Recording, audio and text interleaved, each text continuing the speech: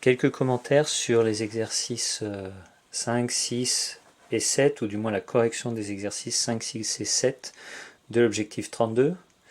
Donc pour ces exercices, le premier normalement ne représentait pas de grosse difficulté à part la dernière ligne du tableau.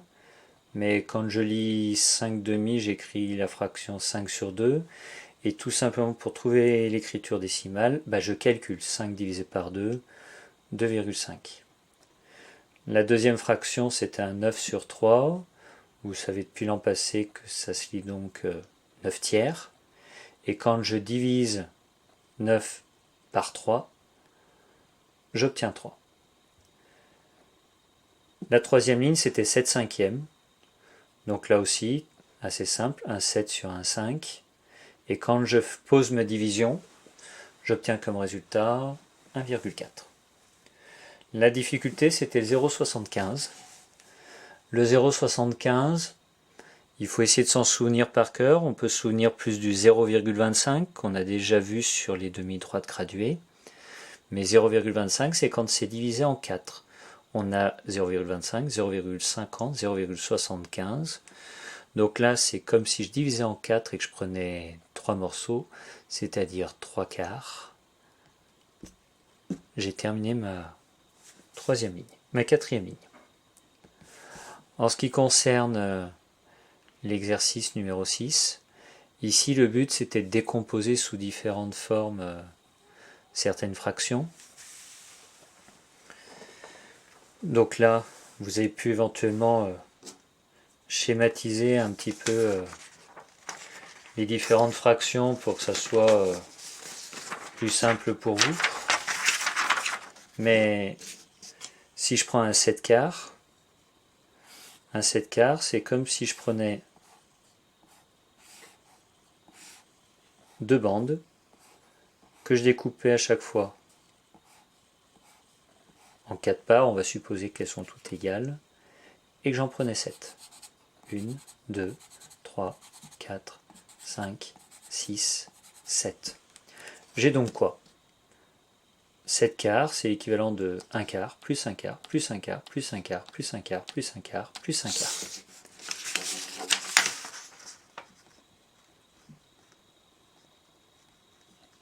Tout ça. Des 1 quart au total. Ici, je vais en avoir 7. Donc je peux dire que c'est 7 fois 1 quart. Et enfin, pour les deux dernières, ça, je peux le voir par exemple comme 2 gâteaux complets. Ici, j'ai au total 2 gâteaux complets. Et j'enlève ce morceau-là.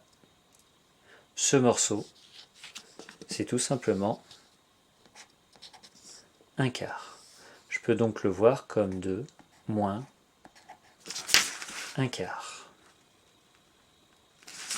Je peux également le voir comme ici un gâteau complet plus 1, 2, 3 morceaux qui représentent donc 3 quarts. Il fallait procéder de la même manière pour le 1 plus 2 tiers. Alors ici, la seule différence, c'est que 1 plus 2 tiers, fallait vous le visualiser. 1 plus 2 tiers, c'est 1,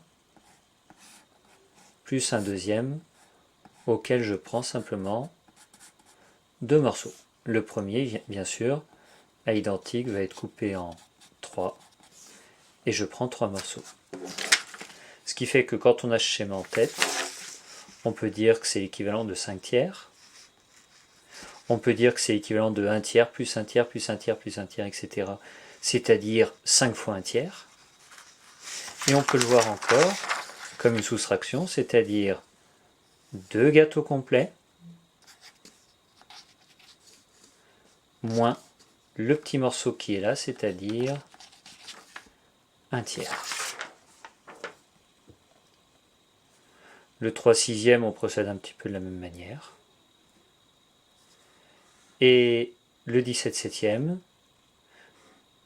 j'ai pas mis 1/7 plus 1/7 plus 1/7 parce que sinon ça serait un petit peu long et pas forcément utile. Donc directement 17 fois 1/7.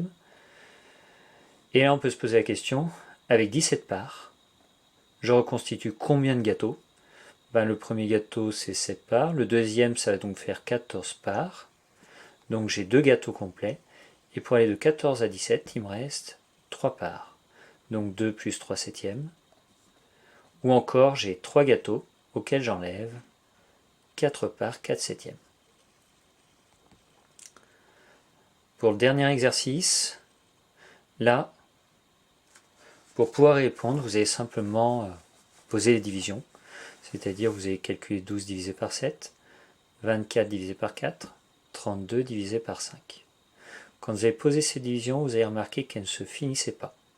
Donc ce n'est ni un entier, ni un décimal, ça reste de façon générale un quotient. Le 24 quarts, quand on fait la division, on trouve 6. Donc là, en l'occurrence, on trouve un entier. Et quand on calcule 32 sur 5, on obtient 6,4. C'est donc un décimal. Ce qui fait que vous avez pu compléter la dernière colonne en disant le résultat 6,4, le résultat 6.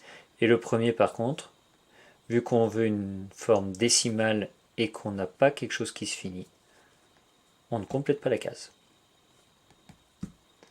Voilà pour ces exercices.